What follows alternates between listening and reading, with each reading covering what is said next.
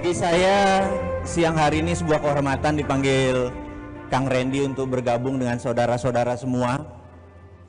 Dan sebagai seorang introvert, berada di panggung dengan 1000 orang, agak gemeter juga saya. Jadi, mohon izin jika suara saya terbata-bata karena memang saya tidak biasa berdiri di panggung.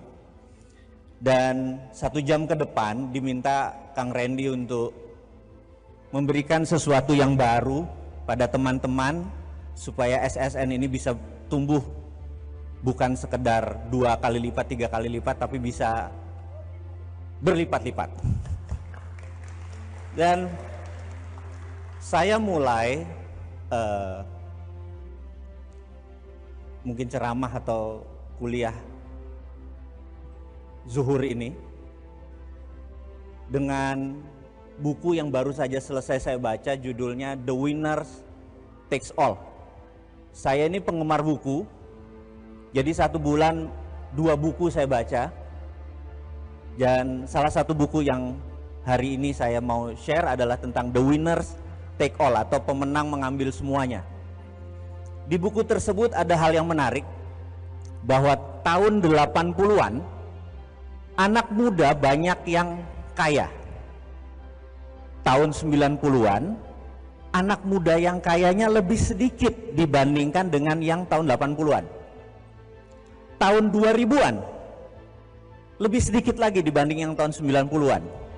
Dan sekarang 2018, 2 dekade kemudian, dibandingkan 1 dekade yang lalu, anak muda yang kaya lebih sedikit. Mengapa? Pertanyaan itu banyak timbul dari studi yang panjang oleh sang penulis.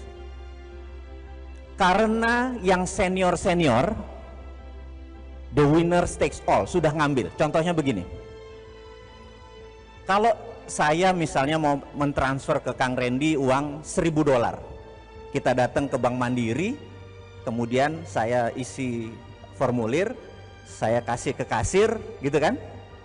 Yang terjadi adalah notifikasinya harus datang ke New York dulu, New York lalu pergi ke sebuah kota kecil di Switzerland namanya Basel, oke, baru ke New York bilang ke Mandiri, transfer ke rekeningnya Kang Randy, betul ya? Dan ada jasa 0,00 sekian. Kesimpulan, Basel itu adalah milik sebuah keluarga. Yang seberapa kaya saya dan Kang Randy buat, apa yang terjadi? Dia mendapatkan 0,00 sekian. Dia yang disebut the winner takes all. Dia sudah ambil dari seluruh transaksi.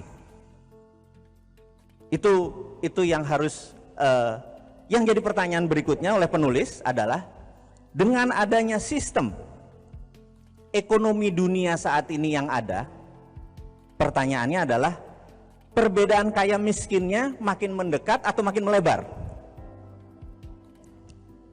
Pertanyaan kedua, orang kayanya makin banyak atau makin sedikit?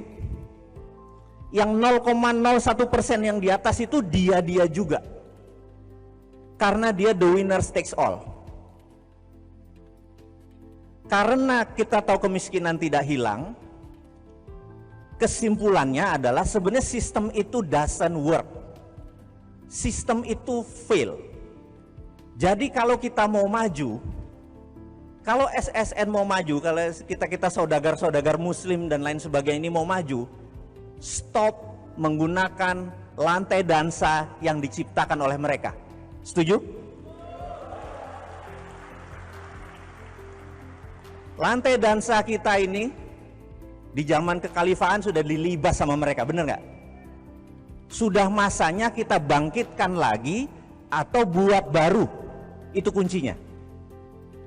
Cara buatnya bagaimana? Ini yang jadi pertanyaan. Inilah yang teman-teman hari ini berkumpul selama 3 hari, ujung-ujungnya kita harus membuat sesuatu yang baru. Setuju nggak? Prinsipnya begini, ada buku kedua namanya The End of Alchemy. The End of Alchemy. Penulisnya adalah mantan gubernur Bank Sentral England. beliau mensarikan kira-kira begini. Sejak zaman manusia punya peradaban, berapa ribu tahun yang lalu, ada sejarah menyatakan 2000 tahun yang lalu, ada yang 1000 tahun yang lalu, peradaban. Atau ada yang 6000 tahun yang lalu sejak Babilonia, itu adanya peradaban. Cita-cita manusia itu sampai sekarang tidak berubah, hanya dua. Ingin kaya raya dan ingin umur panjang sehat selalu. Betul ya? Hanya dua itu, gitu. Nah, yang ingin umur panjang dan sehat namanya eliksir. Eliksir adalah misalnya sekarang ketemu stem cell, di mana orang yang 70 tahun dikasih stem cell bisa kayak umur 50, bisa kayak umur 40. Stem cell disebut eliksir, dan banyak sekali eliksir-eliksir baru diciptakan. Di sisi lain, kalau orang bisa menciptakan kemakmuran atau kekayaan, dia diberi nama alkemi. Jadi misalnya Merlin, sang penyihir, guru-guru para raja di Eropa, dia bisa menciptakan emas, itu disebut alkemi. Nah, alkemi ini kita harus punya. Jadi diri kita harus punya alkemi, organisasi kita Saudagar Nusantara harus punya alkemi, bahkan Indonesia harus punya alkemi. Saat ini saya yakin Indonesia tidak punya alkemi, betul ya? Kalau ditanya nih pejabat sekarang, maaf ya, kita tanya, Indonesia mau kemana? Nation interest Indonesia kemana? Ada yang bisa jawab? Kalau Anda nggak bisa jawab, Anda bayangin, kita nih supir taksi, tahu-tahu orang Indonesia masuk, ditanya sama supir taksinya, mau kemana? Terserah, bener nggak? Itu yang terjadi pada saat ini karena Indonesia tidak punya nation interest. Karena Indonesia tidak punya alkemi. Betul ya? Tapi bukan kita yang berada di ruangan ini. Setuju? Alkemi itu apa? Saya ceritakan dulu. Ada sebuah keluarga tahun 1800 mengumpulkan batuan-batuan. Selama 40 tahun dia kumpulkan, dan dia dan keluarganya, jadi ada yang di Afrika, di Austria, di Australia, di Eropa, di Amerika Latin, mereka mengumpulkan batuan. Dan batuan tersebut selama 40 tahun keluarga tersebut kira-kira menguasai 70-80% batuan, entah dari tambangnya atau dari hasilnya. Di tahun 1840-an tersebut mereka declare bahwa simbolnya cinta adalah batu berlian. Diamond itu simbolnya cinta. Sekarang 250 tahun kemudian, di kepala kita simbol cinta adalah berlian, benar nggak? Itu sudah masuk, itu yang disebut alkemi. Karena itu berlian dikontrol dengan ketat oleh keluarga De Beer, dari keluarga Oppenheimer namanya. Dia sudah the winner takes all, paham ya? Jadi Anda mau lawan pakai apa? Kita menemukan batu opak itu, terus kita ciptain bahwa ini adalah simbol cinta, bisa nggak? Bisa, 400 tahun kemudian mungkin, betul ya? Itu yang kita sebut the winner take all. Dia sudah ambil semua. Atau cerita lagi yang nomor 2. Ada mineral yang diproses menjadi metal. Metal itu Anda kenal mungkin namanya osmium, palladium, titanium, Anda kenal? Kalau di hukum Lavoisier itu apa? Tabel periodik, masih ingat? Itu termasuk logam mulia, precious group metal. Keluarga di Inggris ini mengumpulkan tahun 50-an, 1950-an sampai 1960-an, menguasai lebih dari 50% tambang dari mineral ini. Setelah diproses, benda itu bernama platinum. Platinum diimagekan, dicitrakan. Tahun 90-an, platinum diterima di dunia perbankan sebagai jaminan sama dengan emas. Paham? Keluarga ini kaya raya karena mengontrol platinum. Pertanyaannya, kenapa nggak palladium yang lebih bagus daripada platinum, lebih kinclong emas putihnya? Karena tidak ada yang mengontrol. Ini yang kita sebut the winner takes all. Ini yang disebut alkemi.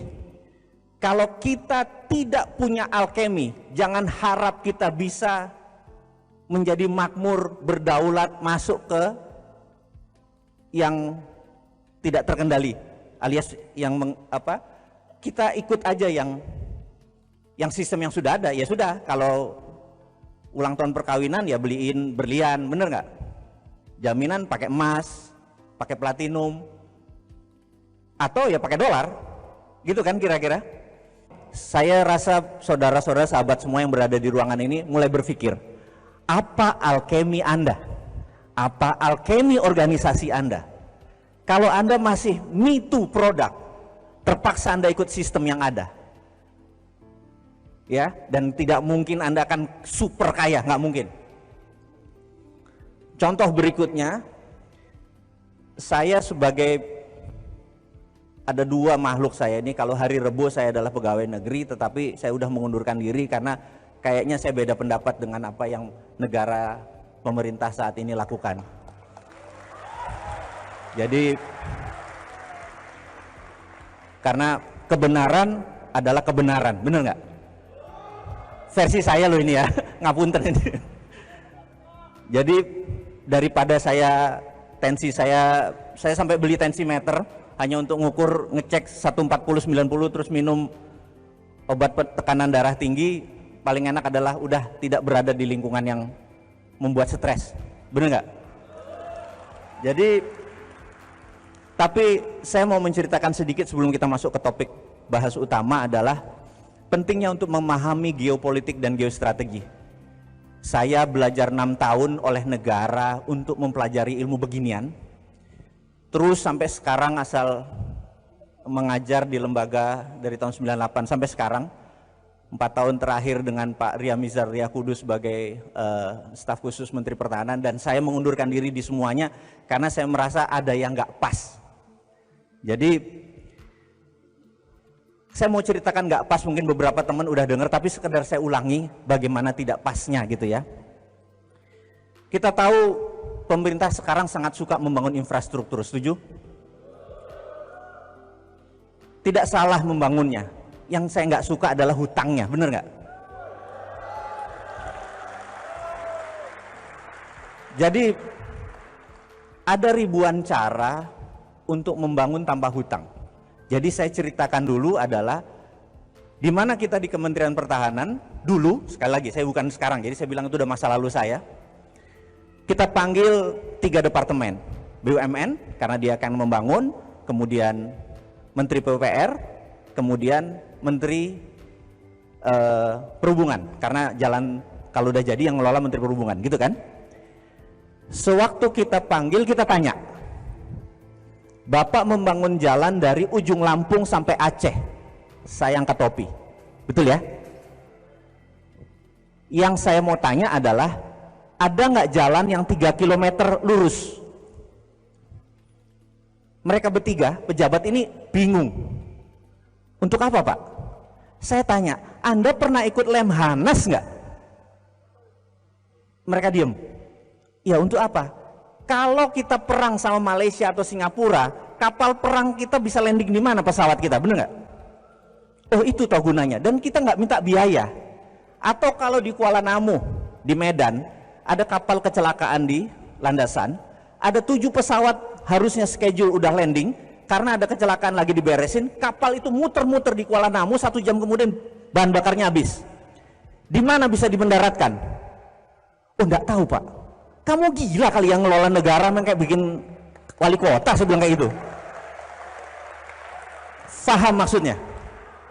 Ya, nggak sederhana kalau bikin wali kota, bikin jalanan, silakan, kapal juga nggak perlu landing di situ, bener nggak? Terus saya lihat Departemen Perhubungan, saya bilang, Anda membangun 15 pelabuhan di perbatasan luar Indonesia, saya angkat topi. Triliun biayanya, saya angkat topi untuk menghidupkan ekonomi, betul nggak? Tapi kapal perang kita satu pun nggak ada yang bisa sandar, karena ada draftnya ketinggian, ada yang kerendahan, ngerti nggak?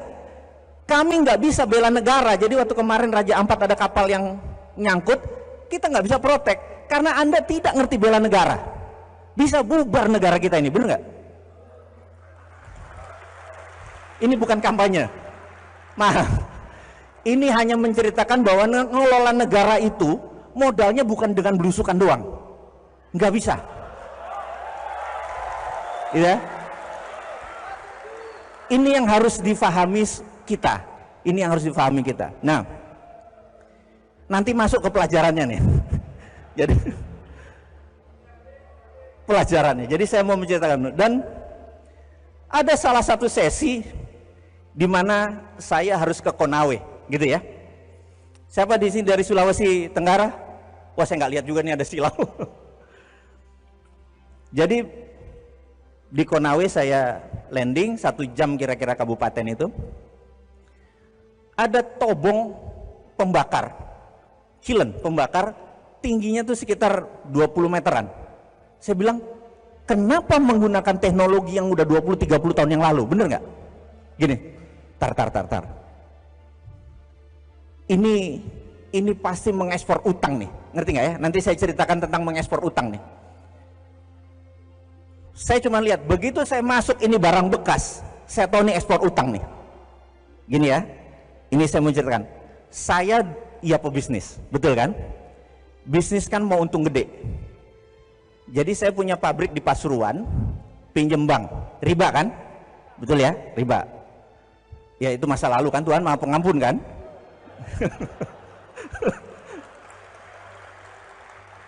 Pabrik ini 7 tahun balik modalnya. Di tahun kelima saya bilang sama perusahaan di Malaysia, saya bilang, brother, kita bikin pabrik di Malaysia. Pabriknya adalah pemurnian plastik untuk menjadi solar. Berapa investasi? Tenang, investasi gampang. Saya pindahkan pabrik saya di Pasuruan. Dipindahkan, lalu berapa? Kamu 90%, saya 10%. Baik nggak? Kamu cicil ke saya, tapi harganya harga baru, bener nggak? Tapi kan dia nggak tahu harga baru, bener nggak? Jadi begitu ini pindah, dia nyicil ke saya. Nah ini kali ini halal, bener nggak pakai bunga. Jadi bisnis itu namanya saya ekspor hutang, dia bayar saya tunai, bener ya? Nah di Konawe sama persis. Saya bilang begitu 30 tower ini berdiri, saya bilang ini pasti ekspor hutang, bener nggak? Jadi bener, begitu saya lihat, bener barang bekas, iya kan? Dan Indonesia harus bayarnya ke negara mana tuh? Proyek itu paling nilainya 100 miliar kali, kita harus bayar 2 triliun, bener nggak? Saya bilang nih goblok ini pejabat kita nih, bener nggak? Mangkel nggak Anda, bener nggak? Setuju ya? Ini saya saksi mata langsung nih, saya bilang gitu. Terus saya bilang pulang deh kita, bener nggak, ke Jakarta? Pak, nggak ke Morowali? Ada apa di sana? Beginiannya ratusan Pak, mati aja loh. Iya nggak? Terus pulang kita ke bandara. Pas di bandara banyak kan? Nggak, ini anggap aja hoax deh. Kalau kita ngomong bahwa ada orang Cina di Indonesia kan dibilangnya hoax kan? Ini hoax, udah gitu aja deh. Begitu pulang, saya lihat mereka pakai topi kan? Ini maaf ngomong nih. Saya ngelihat wajahnya. Anda tahu waktu saya sekolah 6 tahun, salah satu keilmuan saya adalah micro expression. Micro expression adalah membaca wajah, betul ya? Jadi kalau otot manusia itu misalnya tangan ada bicep, ada tricep, ini paling major muscle-nya sekitar 5-6 biji. Tapi wajah manusia itu ada 400 minor muscle. Yang kalau dia kecewa bentuknya berubah, kalau dia bahagia bentuknya berubah, kira-kira gitu. Tahunan saya mempelajari, saya kan ngelihat ekspresinya. Kenapa? Karena gini, saya 6 bulan di State Penitentiary, penjara kelas kakap, saya interview orang. Anda tahu orang ke 100 saya bilang ini pembunuh nih, ini pedofil nih, karena udah kelihatan tampangnya. Setuju ya? Anda bayangkan begitu saya jalan, saya bilang sama supir yang di Konawe itu, bentar, berhenti. Orang tuh jalan, saya liatin. Dalam hati saya bilang, ini narapidana ya? Ngerti maksudnya? Jadi buruh di sana belum tentu orang normal loh. Dibuang biar kita yang nanggung. Saya bilang gendeng, anggap bicara cuma 1 orang, tapi narapidana loh, bener nggak? apalagi ratusan atau ribuan. Saya nggak menuduh bahwa dia narapidana karena datanya tidak ada, tapi hati saya udah bicara, ini inmate, ini orang narapidana.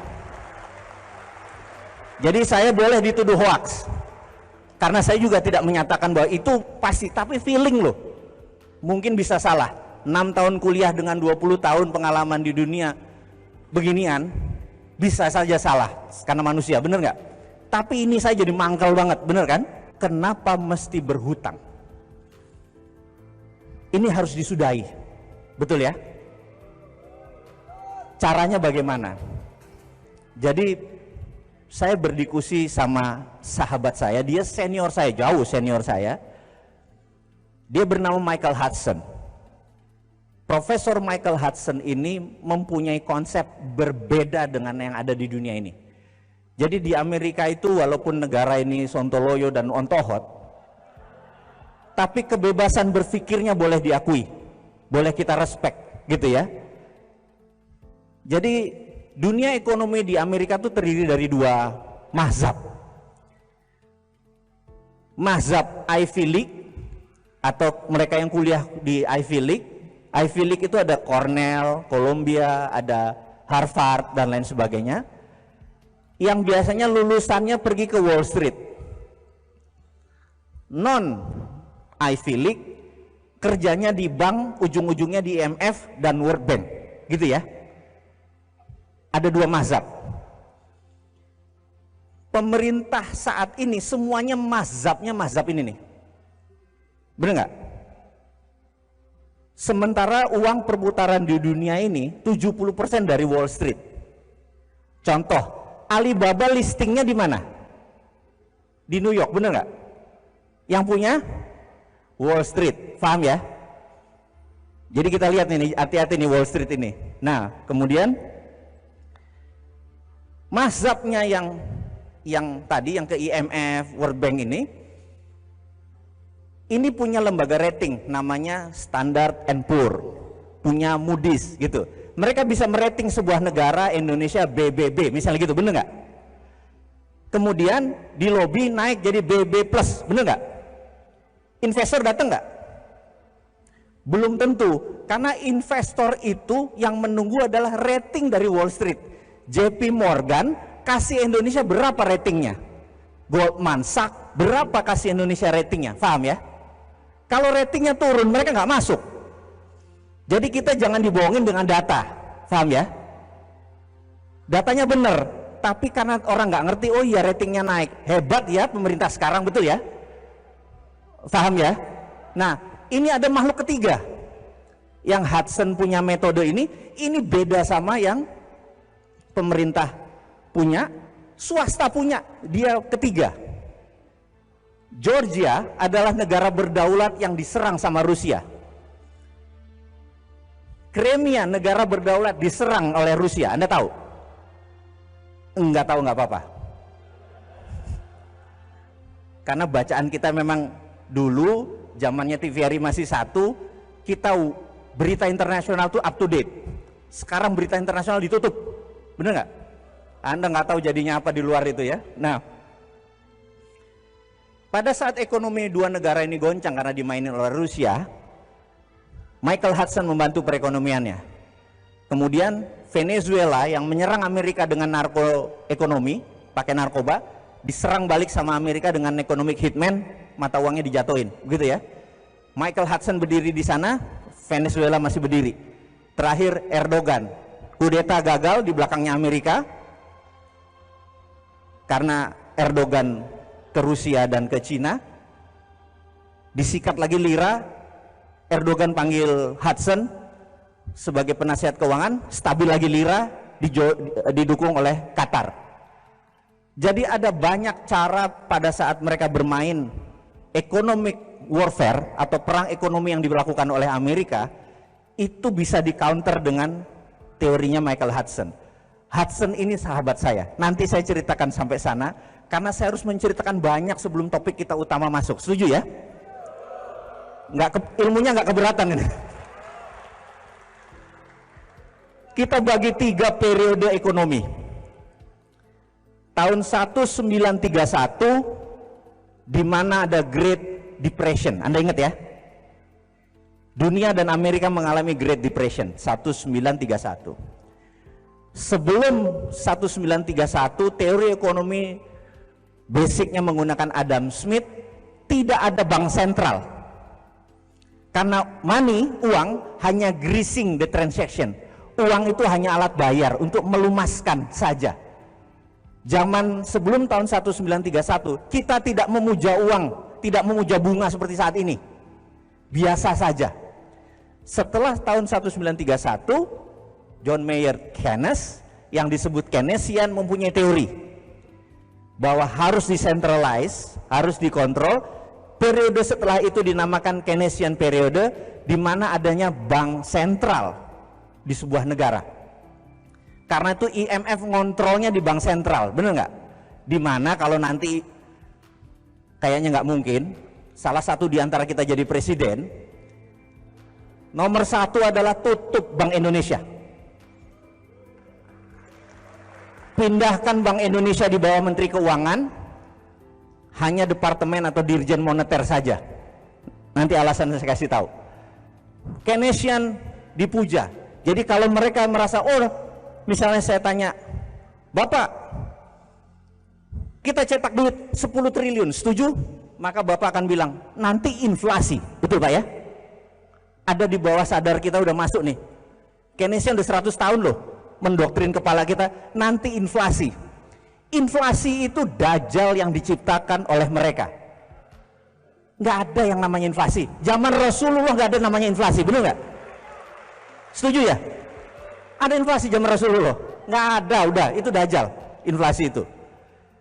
Bagi kita, nanti kita bikin dia cuman anjing pudel aja, gitu ya. Nah, kemudian Keynesian berkuasa dengan bunga berbunga, uang, ngeprint uang. Nah, ini lagi kuncinya.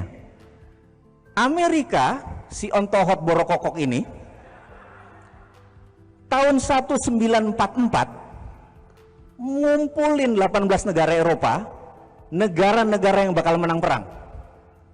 Anda tahu cerita itu kan? Di Bretton Woods, kota kecil di ujung Boston. Tanda tangan. Kita semua kan nanti menang perang. Kita nggak mau ada perang dunia ketiga lagi. Setuju? Setuju. Untuk tidak ada perang dunia ketiga, nomor satu, kita harus punya world currency, harus punya currency dunia. Namanya dolar. Kurang ajar nggak? Itu alkemi. Perancis tidak setuju, Perancis keluar. Sebulan kemudian diserang sama Jerman, balik lagi. I taken deh. Akhirnya semua taken. Yang kedua, mereka membuat IMF, International Monetary Fund, membuat World Bank, dan trading harus dikontrol dan semuanya berada di Washington. Itu menunjukkan bahwa semua di kakinya Amerika. Betul ya? Jadi IMF itu 26% sahamnya Amerika, sisanya the rest of the world, seluruh dunia. Indonesia cuma 1 poin sekian. Dan syarat untuk setujunya sebuah resolusi harus 75% suara. Ngerti nggak? Jadi kalau Amerika nggak taken, kan cuma 74, nggak bisa quorum. Itu namanya alkemi. Setuju nggak? Ya, Anda harus lihat bahwa kita harus bikin rupiah juga harus bikin begitu. Kalau nggak kita bahaya nih, kalau nggak ngerti alkeminya ini kita dimainin. Kemudian apa alkemi yang Amerika lagi bikin? Yang kita dengan sadar kita terima bahwa dolar sama dengan emas. Kurang ajar nggak?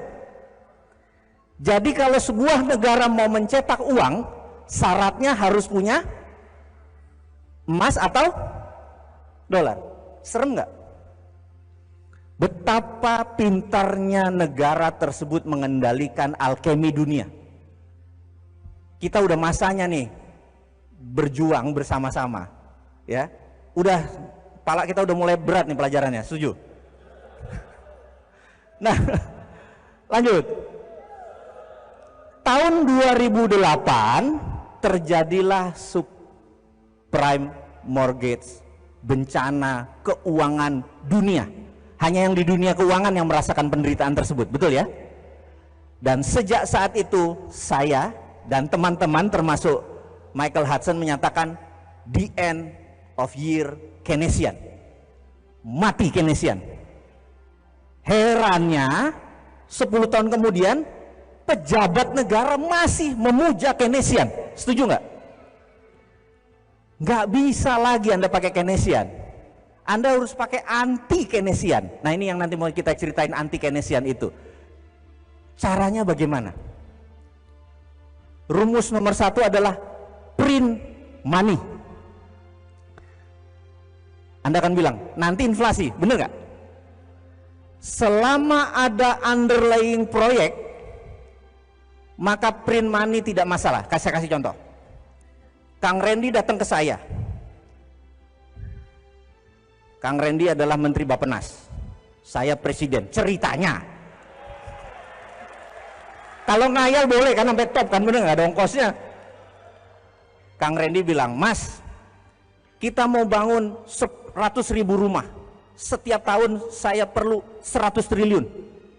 Bener nggak? Saya bilang, oke. Setiap kota 100 rumah yang sehat, yang baik, yang islami semua, toilet tidak boleh ngarah Ka'bah dan lain sebagainya. Anda ngerti kan? Karena kita harus yang ngebangun. Sholat harus berjamaah dan lain sebagainya. Konsep-konsep kita. Saya print 100 triliun dari langit. Nah, ini Mas, betul nggak? Oke? Mas Randy bilang, Krakatau Steel nyala sekian ribu ton. Pabrik bata mulai dari ujung Jawa sampai Kalimantan nyala semua pabrik bata, bener nggak? Pabrik semen nyala, tidak boleh ada satupun unsur impor. Begitu semua jadi, berdiri, balikin ke saya 100 triliun tanpa bunga. Bener nggak? Ke negara. Kang Randy bangun, dijual tanpa bunga kan jadi murah, bener nggak? Uang begitu masuk ke negara saya bakar. 5 tahun kemudian 100 triliunnya masuk jadi 10 juta rumah, bener nggak? Itulah underlayingnya. Inflasi nggak? Nggak ada, betul nggak? Anda mulai paham? Gampang ngelola negara kan? Itu teorinya Michael Hudson, di mana tahun 2005 beliau penasehat Xi Jinping untuk bilang ke Xi Jinping bagaimana melakukan. Dan apa yang dilakukan? Mereka punya dua, renminbi di dalam negeri cetak suka-sukanya, yuan di luar negeri. Mereka punya dua currency. Anda tahu kan? Enggak, baru tahu sekarang. Suka-suka mereka nyetak duit selama ada proyeknya, betul ya? Setuju? Jadi sekarang proyek itu ngapain ngutang, bener nggak? Kesel nggak gitu ya, bener nggak? Print aja, tolnya gratis. Kalau memang cinta rakyat, jangan tol yang dibangun, jalan umum, karena yang dilewati bisa dapat faedah.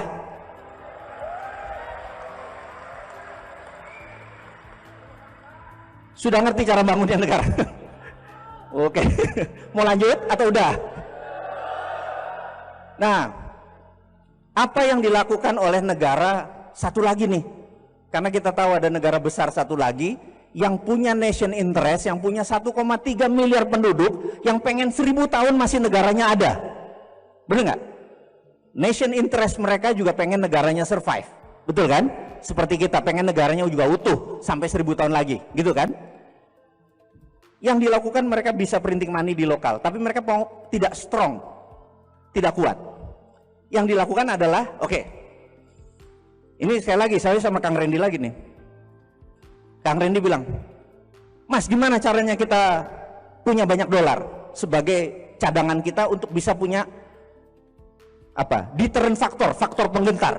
Oke, Akang pergi ke Papua Nugini, cari orang yang dekat sama presiden atau perdana menterinya, paham ya? Kang Randy kirim intelijen, cari di sana presidensi. Anda ngerti presidensi? Presidensi orang yang dekat presiden, orang yang mempengaruhi perdana menterinya Papua Nugini. Terus intelijennya lapor ke Kang Randy bilang, sudah dapat. Dia pokoknya oportunis, dekat dan bisa mempengaruhi Perdana Menteri Papua Nugini. Gitu ya. Oke. Namanya siapa? Larry. Oke, Larry. Jangan dipanjangin Larry-nya ya. Kemudian bilang sama Larry, mereka bikin proyek yang lama balik modalnya. Tapi ada streaming of income. Pelabuhan, bandara, jalan tol, bener ya? Yang panjang, yang kalau perlu tidak lama balik modalnya. Ngerti nggak? Oke, nanti kalau ditanya uangnya ada, pokoknya lo kerja aja gitu ya. Gitu ya. Lalu Kang Randy bilang, ini gimana proyeknya? Ini 10 billion dolar Anda pegang, Anda bilang sama si Larry, duitnya sudah ada di Bank Indonesia, bener nggak? Transfer ke Bank Papua Nugini, enggak bisa, bener nggak?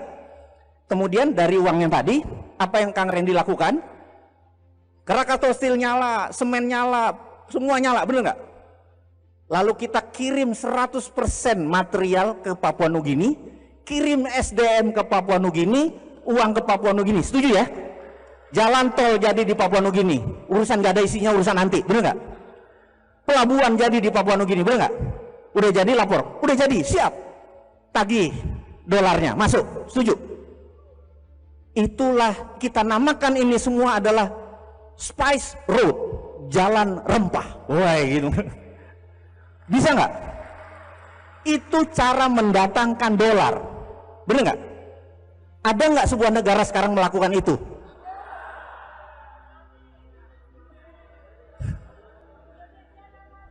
Ada nggak? Indonesia nggak ada, hoax, nggak ada. Pemerintah kita pintar, bener nggak? Anda udah mulai ngerti sekarang, mulai panas. Guru besar itu adalah Michael Hudson, yang dia bilang, if you become the presidency, kalau kamu si Ontohot ini deket sama presiden, atau kamu sendiri presiden dengan didukung teman-teman SSN, saya penasihat keuangan kamu, bener nggak? Saya bikin kamu lebih besar dari negara sekarang karena kamu mempunyai sesuatu yang negara lain tidak punya. Nah ini mulai mikir nih, apa? Indonesia negara keempat penduduknya terbesar di dunia, setuju? Dan negara muslim terbesar di dunia, setuju? Kalau kita punya bola dari plastik, dimasukin rempah-rempah, ada itu yang mengkilat-mengkilat glitter, lalu diputer bola tadi, rempah-rempahnya nempel di mana? Di tengahnya, bener nggak? Setuju ya? Bumi sudah muter berapa tahun sih? Sama porosnya 5 juta tahun, bener nggak? Itu semua mineral nempelnya di Katulistiwa. Kita zonanya terpanjang. Jadi sumber daya alam Indonesia dibandingkan 4 negara, kita yang paling besar. Setuju nggak? Karena kita yang paling besar, maka kita direbutin oleh 3 negara tadi, Amerika, Cina, India, untuk diambil sumber dayanya. By all means, apapun ongkosnya, lu minta duit, lu minta apa, dibayarin asal sumber dayanya didapetin, bener nggak? Karena itu negara besar itu ngincernya sumber daya alam. Amerika dengan minyak dan emasnya, Cina dengan rare earth, tanah jarang, nikel, koper, semua batu bara, semua disikat sama dia, bener nggak? Dan kita nggak sadar bahwa kekuatan itu adalah deterrent faktor, faktor penggentar. Kalau kita shutdown, kita tutup itu Indonesia, nggak ekspor mineral, apa yang terjadi? Dunia teriak, nggak ada nikel, bener nggak? Nggak ada pabrik baterai nanti berdiri, bener nggak? Kan nikel dengan kobalt jadi baterai, lithium, bener nggak? Anda bisa bayangkan betapa lemahnya saat ini karena tidak mengerti geopolitik dan geostrategi, tidak pernah ke Lemhanas semua pejabat-pejabatnya. Paham ya? Nah, ini kalau sudah mulai ngamuk gini, waktu saya tinggal 21 menit nih kayaknya nih.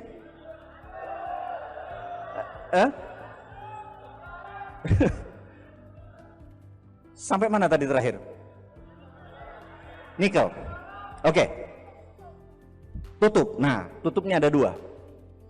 Jadi kalau Kang Randy sekarang jadi presiden, bener nggak?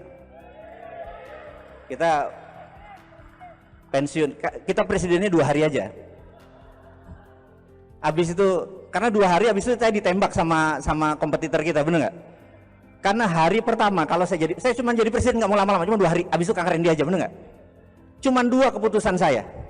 Begitu jadi presiden hari pertama, saya akan menandatangani perpres, peraturan presiden, bahwa setiap orang yang punya duit kirim uang keluar Indonesia tanpa underlying produk. Jadi misalnya kalau dia kirim uang, beli pabrik, beli barang, beli baju, itu ada underlying. Kalau dia taruh di luar, transfer dari Indonesia, itu namanya flight capital, penjara 10 tahun. Gitu ya. Yang kedua yang saya akan lakukan adalah mulai jam 24.00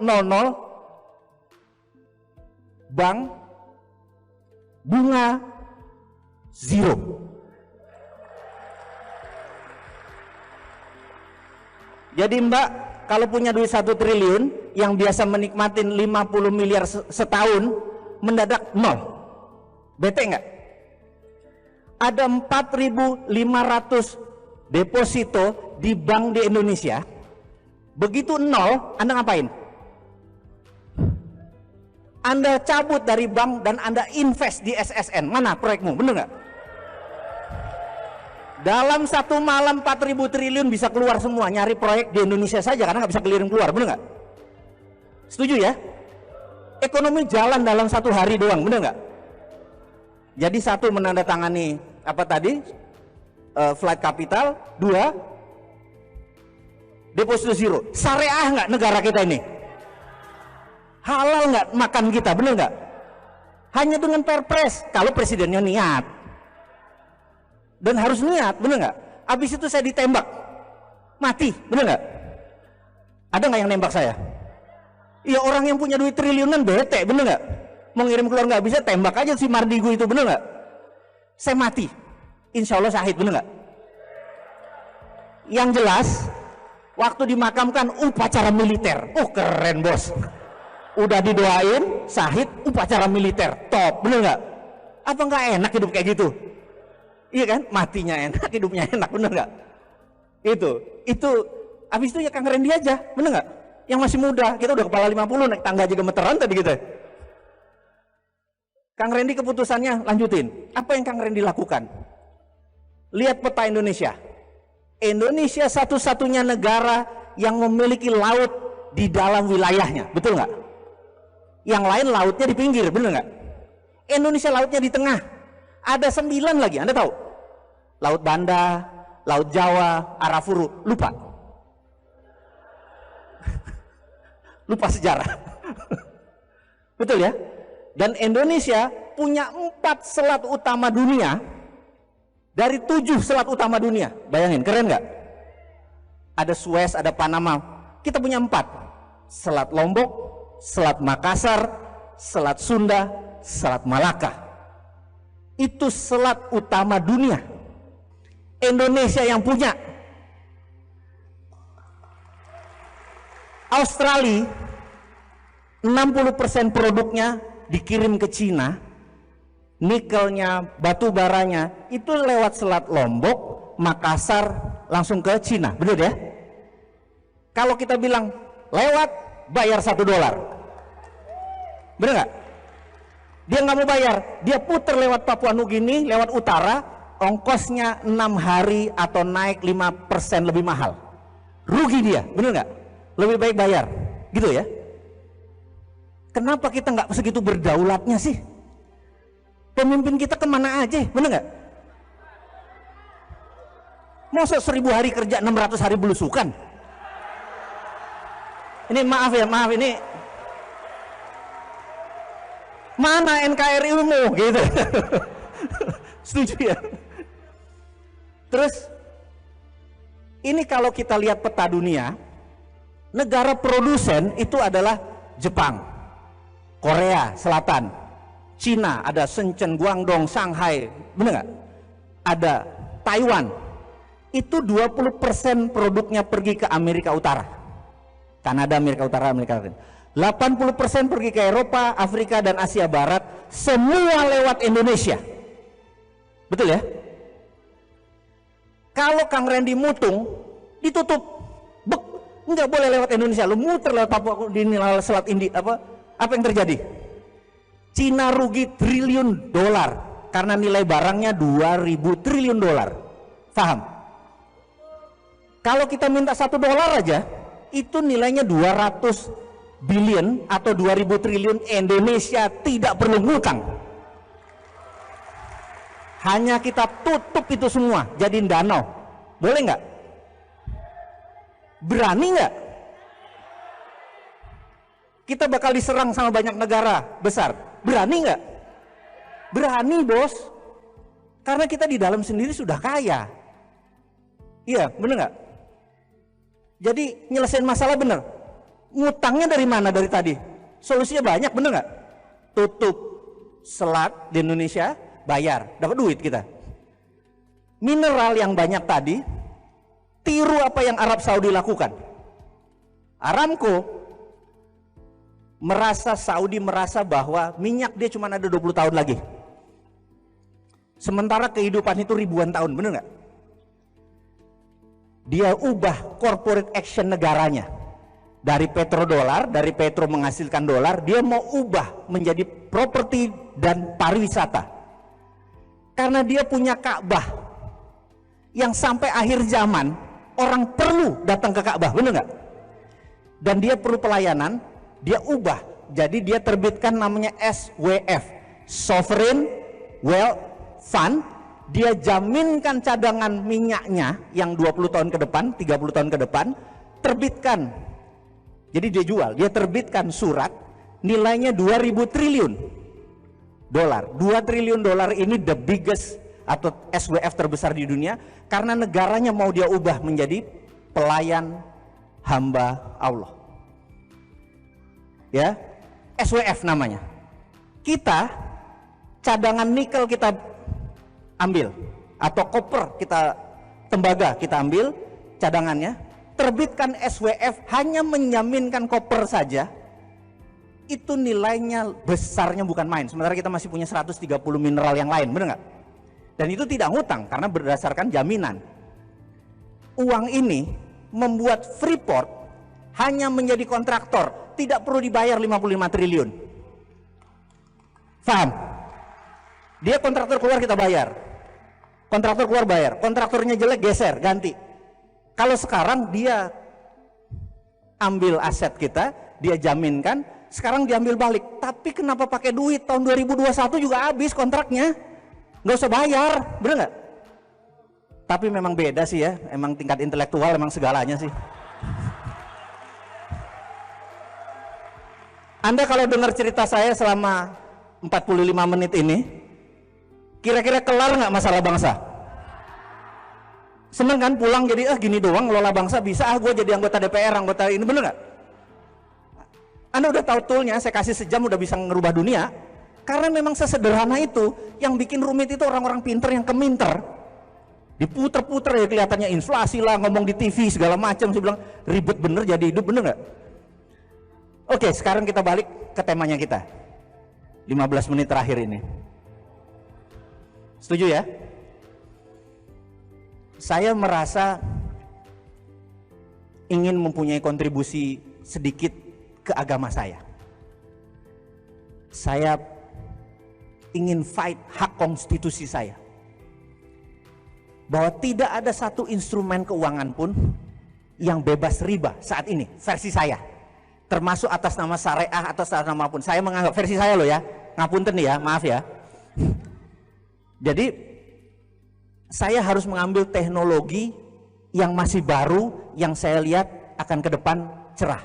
Yang saya incer pertama adalah, kalau kita kembali tahun 98, mundur sebentar, ada seseorang menawarkan saham Google ke Anda.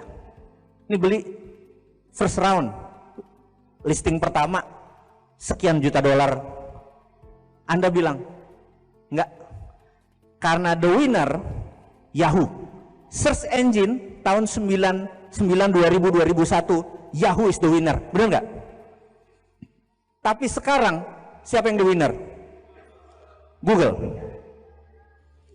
Saya merasa kita ini tahu bahwa www is the winner, benar nggak? Saya bilang nggak? Blockchain is the winner. Ini kita melihat 10-20 tahun lagi. Karena itu sejak 2 tahun yang lalu saya invest gede-gedean ke sumber daya lebih dari 32 anak ke 8 negara. Ada yang setahun, ada yang 6 bulan ke Inggris, ke Jepang, ke Amerika, ke Jerman, Estonia dan Malta. Hanya untuk mempelajari blockchain. Dan saya begitu pulang, anak-anak cerita, saya bilang bikin. Dan orang yang paling pertama protes adalah istri saya, bener nggak? Karena dia bilang, ayah kenapa sih mesti invest yang bisa mbok invest bikin 70 Indomaret aja lebih untung, bener nggak bulanannya? Anda malah buang uang yang belum tentu untung, bener nggak? Invest itu nggak murah loh. Invest di teknologi, invest di SDM. Dan waktu kita invest, kalau kita bikin Indomaret 700 juta, begitu jadi 2 bulan kemudian ada revenue, ada income, udah bisa menyicil investasi kita, bener nggak? Ini kalau kita invest di teknologi udah besar, ada returnnya nggak langsung, bener nggak? Saya bilang, Bun, saya minta izin, ini jihad, bener nggak? Jadi ya udah, kalau sudah panggilan kayak gitu, istri saya ya manut aja, bener nggak? Gitu. Pas jadi kita membuat namanya Bursa Efek UKM. Bursa Efek UKM ini 27 Juli kemarin kita launch, namanya Santara. Maaf saya pakai bajunya, Santara Bursa Efek UKM. Jadi Bursa Efek ini investornya bagi hasil. Jadi misalnya ada ayam geprek Solo punya 30 biji. Kalau datang ke bank, kan bank selalu minta kata-kata mantra. Ada jaminan nggak? Bener nggak? Udah itu pakai bunga. Sementara kalau kita berbisnis 30 ayam geprek itu mungkin tempatnya sewa, jadi nggak ada aset, betul ya? Padahal ada revenue, ada profit, ada omset, ada profit. Di dunia blockchain ini bisa ditokenkan, revenue atau profit itu bisa ditokenkan dan bisa dijual dengan bagi hasil, seakan-akan sahamnya, tapi bukan saham kepemilikan, saham profitnya. Paham ya? Ini ilustrasi sebentar. Jadi dia beli token atau beli itu adalah hitungannya seperti saham. Nah, kita luncurkan 27 Juli kemarin dan dapat respon sangat bagus karena ada 37.000 orang mendaftar ingin jadi investor. Kenapa? Karena mereka taruh uangnya di bawah bantal karena nggak mau riba. Dia perlu investasi sementara produk-produk tersebut memerlukan uang, gitu ya.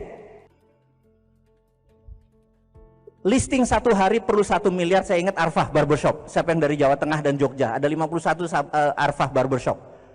Dia mau buka 4 cabang, perlu duit 700 juta, 3 jam habis. Karena bagi hasilnya 20%. Dan 20% itu bagi hasil, bukan bunga. Kita terbitin durian token, ada 900 duren, panen, petik, listing 900 juta, 2 jam habis, gitu ya. Begitu 18 perusahaan listing, kita dipanggil OJK. Prit, waduh, bener nggak? Kita dipanggil. Mereka bilang, Anda melanggar undang-undang pasar modal. Saya bilang, Pak, undang-undang pasar modal kita kan saya pakai blockchain. Ini akal-akalan kamu, bener nggak? Kita bagi hasil, Pak. Nggak bisa, ini saham dan lain sebagainya. Kita berdebat panjang di OJK. 3 kali kita datengin OJK, dan OJK melaporkan bahwa dia tiap hari diserang ratusan email untuk jalanin lagi Santara itu, bener nggak? Jadi rupanya fans kita udah banyak ini. Nah, mereka tetap bilang bahwa tidak boleh beroperasi sampai izinnya keluar. Saya bilang, izinnya apa? Lagi diproses, mati nggak? Terus dia bilang, Anda 3 bulan sudah punya 18 emiten. Kami 10 tahun baru punya 18. Apa maksud Anda? Saya bilang, loh apa masalahnya, bener nggak? Saya lapor ke Pak Dahlan Iskan, ketemu Pak Imawan, mantan CEO-nya Jawa Pos. Saya bilang, Kang Mas ngapunten, tolong saya bilang gitu. Oke.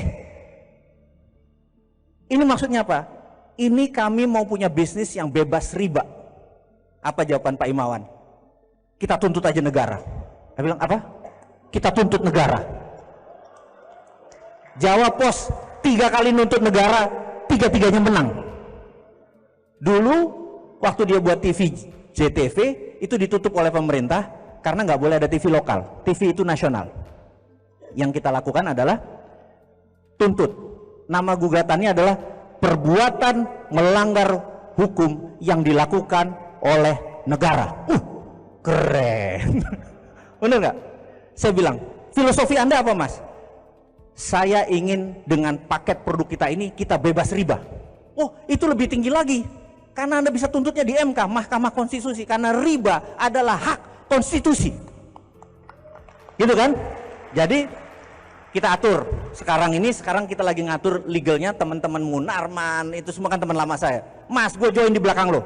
Walaupun gak ada satu orang yang mendukung lo, gue dukung. Karena gak ada orang yang berani fight untuk merubah undang-undang supaya riba berdaulat. Bener gak? Saya bilang walaupun sendiri saya maju deh, bener gak?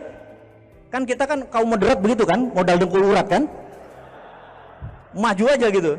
Nah, ini kita lagi susun. Tapi rupanya OJK gentar juga. Kemarin kita dipanggil, dia bilang Santara boleh jalan lagi. Oh, alhamdulillah. Jadi ngerti nggak? Pengusaha tuh nggak ada matinya, gitu aja, bener nggak? Karena demi agama kita, nggak ada yang berjuang kalau nggak kita yang fight, bener nggak? Kita udah nggak tatanan konsep. Nah, lalu saya curhat sama Pak Dahlan. Pak Dahlan bilang, Pak tolong promote Santara, Bursa Efek UKM. Oh sekarang namanya nggak boleh Bursa Efek, tapi digital market, digital asset, UKM digital asset harus 4.0. Ya udahlah gantilah namanya, bener nggak? Karena nggak boleh bursa, bursanya milik Bursa Efek. Ya udah PN, gitu kan? Si Pak Dahlan bilang, oh nggak bisa Mas, kamu nggak jenius. Kelebihan kamu cuma pakai blockchain. Kamu kesencen dulu deh, katanya. Shanghai itu punya bursa efek, namanya Shanghai Stock Exchange. Kalau Indonesia namanya Jakarta Stock Exchange. Tapi Shenzhen itu ada UKM Stock Exchange, ada 2000 UKM-nya. Kita ke Shenzhen, bener. Shenzhen Stock Exchange itu 2000. Jadi kita ingin membuat seperti itu. Dia bilang, kalau sudah 100 anggotamu, kasih saya, karena proven method. Saat ini belum proven.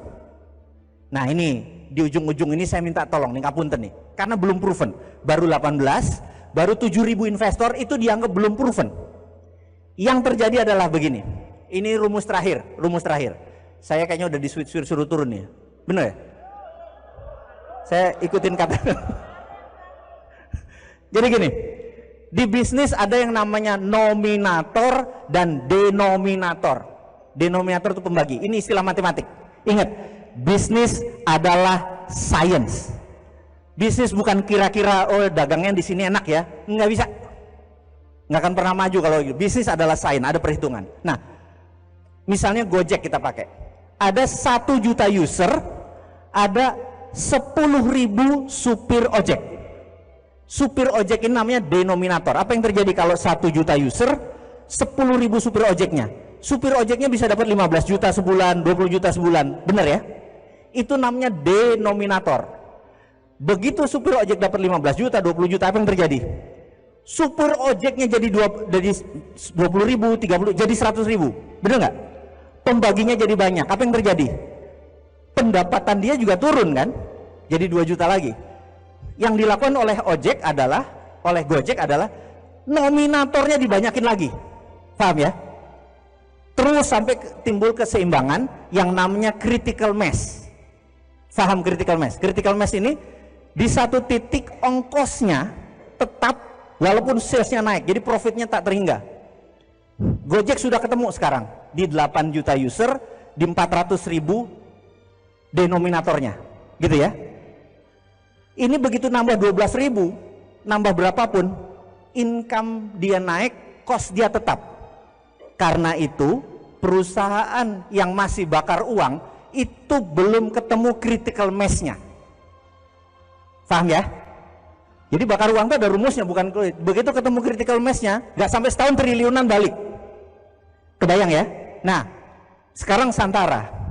Santara punya 37.000 investor tercatat.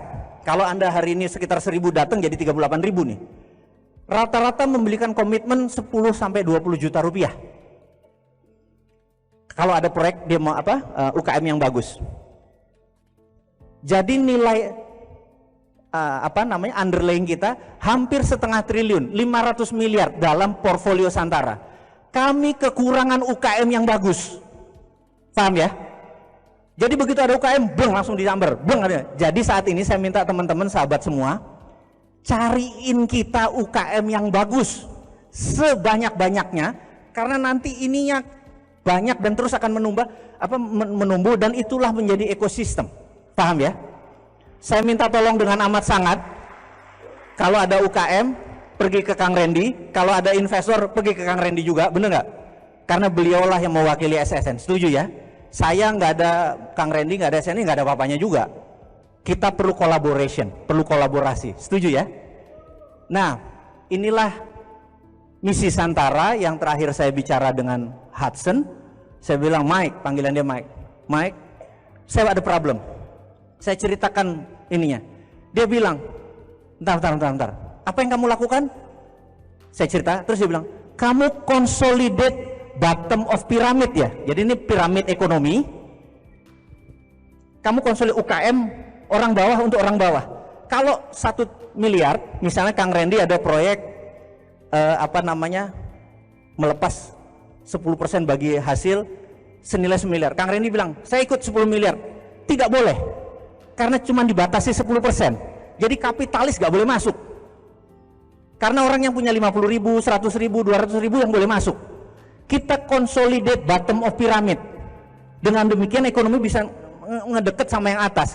Hudson bilang, ini Anda punya konsep, kalau jalan dia minta izin untuk dibuatkan Nobel. Karena ini jenius katanya. Mengangkat bottom of pyramid. Sadar ya? Paham ya maksudnya ya? Dan hari ini sahabat-sahabat semua, saya minta, karena ini cuma tool. Anda punya proyek sekarang udah bisa dibiayai oleh siapa? Oleh kita semua. Jadi bottom untuk bottom. Bottom of pyramid untuk bottom of pyramid. Konsepnya sudah jadi, softwarenya sudah jadi, izinnya sudah lengkap. Yang diperlukan adalah Anda punya ide untuk UKM maju, dan Anda punya uang daripada deposito haram, invest aja ke UKM. Santara tidak terima uang, karena direct langsung. Jadi kita bukan crowdfunding, kita nggak ngumpulin duit taruh, enggak. Langsung ke UKM-nya. Anda kebayang? Anda kebayang konsep bisnisnya, model bisnisnya, semua udah siap.